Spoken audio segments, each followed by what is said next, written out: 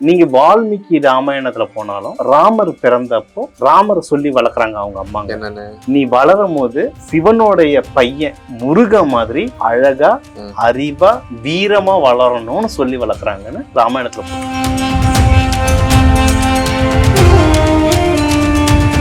ராவணன் சீதை எடுத்துட்டு போயிடுறாரு. ராமர் ராமேஸ்வரம் வரைக்கும் வந்துட்டாரு. விஸ்வாமித்திரர் வந்து கேட்கிறாரு, ஐயா எனக்கு ராவணனை எதிர்த்து போர் புரிய போறேன், இந்த போரை நான் எப்படி நடத்தணும்னு கேட்கிறாரு. விஸ்வாமித்திரர் என்ன சொல்றாரு, நீ போர் புரிய போற மிகப்பெரிய போர், ஆனா உனக்கு முன்னாடி ஒரு போர் நடந்தது, அத படி உனக்கு தெரியும், அது என்னன்னா தந்தபுராணம். சஷ்டி விரதம் இருந்தோன்னு எனக்கு ஏன் குழந்தை பிறக்குதுன்னா, ஒண்ணு முருகன் அருள், இன்னொன்னு பாடியில நடக்கிற சயின்ஸுங்க. 38 நாள்ல விந்தணுவும் ஃபுல் க்ரோன் ஆயிடுச்சு, கருப்பை ஆமா பெண்களுக்கும் கருப்பை கிளீன் ஆயிடுச்சு. அதுக்கப்புறம் அவங்க இணைஞ்சாங்கன்னா முருகன் மாதிரி ஒரு அழகான குழந்தை பிறக்கும். இந்த டைம்ல இருந்ததுதான் குட் பீரியட். இந்த டைம்ல மிஸ் பண்ணிட்டேன், செப்டம்பர் மிஸ் ஆயிடுச்சுன்னா இது ஒரு சயின்ஸ். இப்பத்துல இருந்து ஆரம்பிங்க. முருகன் என்னைக்கு இருந்தாலும் அருள் புரியுவாங்க, எதுக்குமே கவலைப்படக்கூடாது. அதாவது முருகனை கும்பிடுறவங்க கவலையே பண்ணக்கூடாது.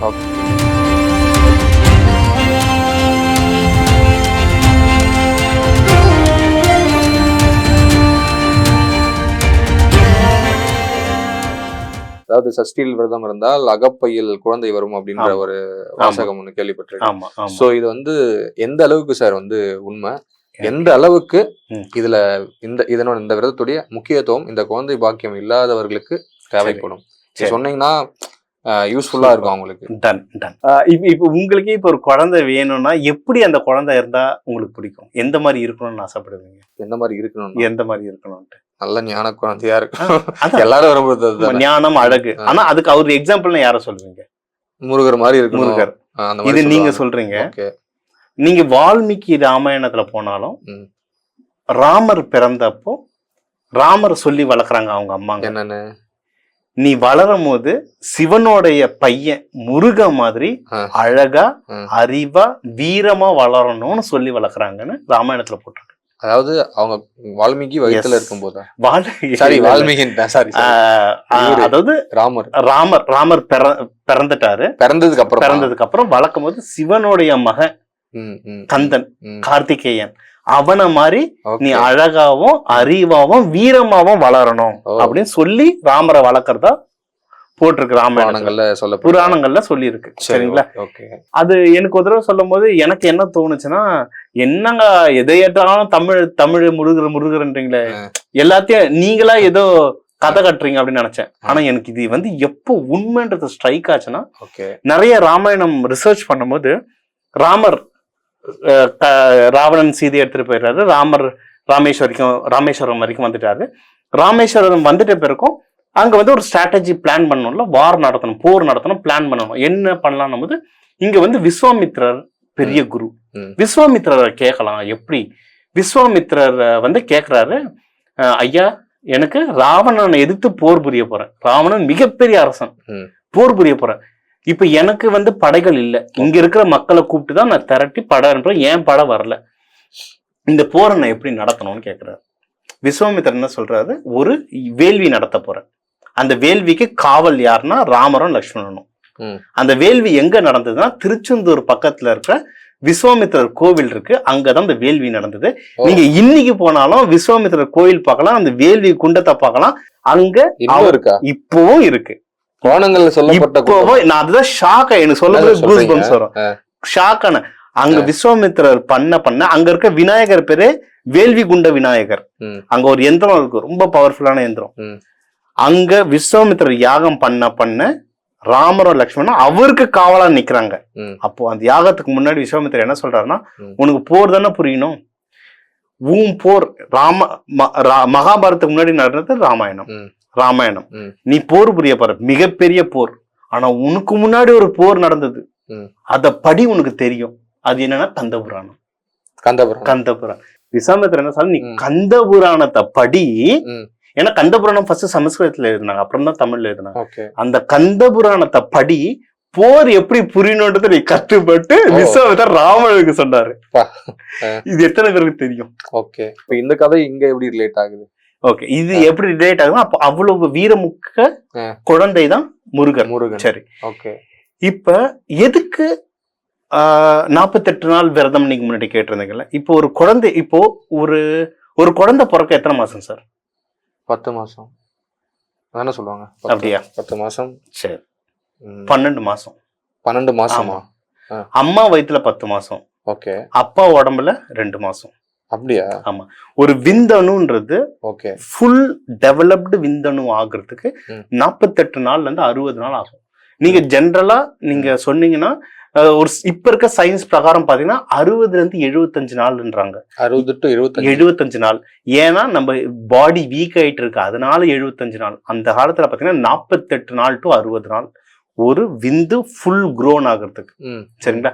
இப்ப 48 நாள் விரதம்னு எதுக்கு சொல்றாங்கன்னா, அந்த 48 நாள் நீங்க விரதம் இருந்தீங்கன்னா உடம்புல இருக்க பஞ்சபூத சக்தியும் ஸ்டெபிலைஸ் ஆகும். அதனாலதான் எந்த நாள் என்ன கிழமை எப்படி வழிபடணும்னு சொன்னோம். 7 into 7 48, 49 ஒரு நாள், 48 ஒரு மண்டலம் வரும். உங்க உடம்பு சரியாகும். நம்ம என்னென்ன சொல்லுவோம், அந்த நேரத்துல சுத்த பத்தமா இருக்கணும். சுத்த பத்திரம் என்ன, ஹஸ்பண்ட் ஒய்ஃப் தனியா இருங்கன்றோம். ஏன் தனியா இருக்கணும்? முருகன் கல்யாணம் ஆனவர், இத்தனைக்கு 2 பொண்டாட்டி. நம்ம மட்டும் என் ஒய்ஃபோட இருக்க கூடாது. என்ன விஷயம்னா, அந்த 48 நாள் எதுவும் பண்ணாம இருந்தாதான் உடம்புல அந்த விந்தணு கட்டும். இதெல்லாம் பண்ணிட்டோம்னா விந்து கட்டுறதுக்கு 48 நாள். எக்ஸாக்ட்லி. கட்டலனா நம்ம வந்து நம்ம அதை ப்ராப்பரா ஃபாலோ பண்ணல, வேஸ்ட் ஆயிடும். அப்ப அந்த 48 நாள்ல ஃபுல் க்ரோன் ஆகாதுல்ல எதுவுமே. அதனாலதான் என்ன பண்ணுவாங்கன்னா, அந்த காலத்துல வந்து ஊருக்கு ஒரு கோவில் இருக்கும். 48 நாளும் ஜென்ஸ் போய் கோவில்ல தங்குவாங்க. அப்போ வந்து ஆட்டோமேட்டிக்கா எதுவும் பண்ண முடியாது. சோ உடம்புல வந்து தங்கும். அதனால இப்ப சஷ்டி விரதம் இருந்தோன்னு எனக்கு ஏன் குழந்தை பிறக்குதுன்னா, ஒண்ணு முருகன் அருள், இன்னொன்னு பாடியில நடக்கிற சயின்ஸுங்க.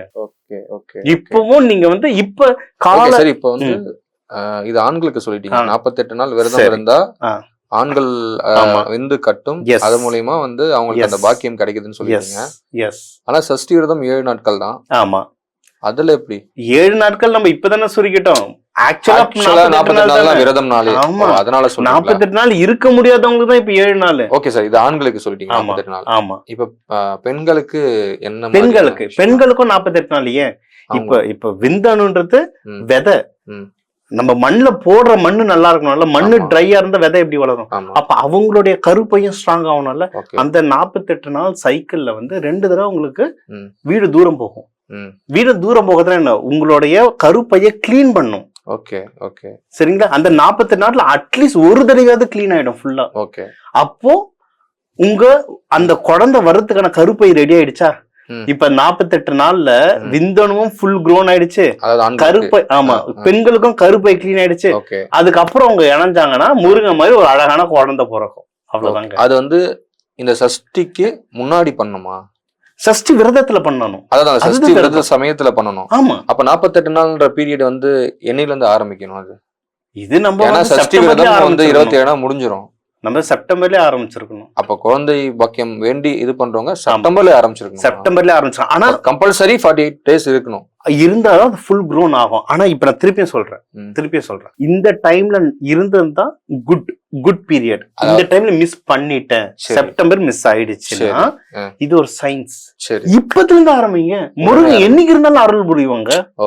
அந்த டைம் மிஸ் ஆயிடுச்சு, ஓகே, இப்பத்துல இருந்து ஆரம்பிங்க. இப்ப இந்த வீடியோ பாக்குறீங்கல்ல, இப்ப ஆரம்பிங்க. நான் இப்ப முருகனை வேண்டேன். இப்பத்துல இருந்து 48 நாள் இருக்கு. சஷ்டி விரதம் முடிஞ்சதுக்கு அப்புறம் கூட இருக்குன்றீங்க? எப்ப வேணாலும் இருங்க, அந்த பாடி ஒர்க் ஆகும். ஆனா சஷ்டியில இருந்தீங்கன்னா, சஷ்டி டைம்ல சில கிரக, இப்ப சஷ்டின்றது எப்படி கணிக்கிறோம், கிரகத்தோடைய நிகழ்வுகளை வச்சு கரைக்கிறோம். அந்த மூமெண்ட்ல இருந்தீங்கன்னா பவர் கொஞ்சம் ஜாஸ்தி. ஓகே, முடிஞ்சு போன விஷயத்த யோசிக்க கூடாது. சரி, ஓகே. இப்பவும் ஒன்னும் சஷ்டி ஒண்ணும் முடியல, இப்ப டைம் இருக்கு, இப்ப ஸ்டார்ட் பண்ணுங்க.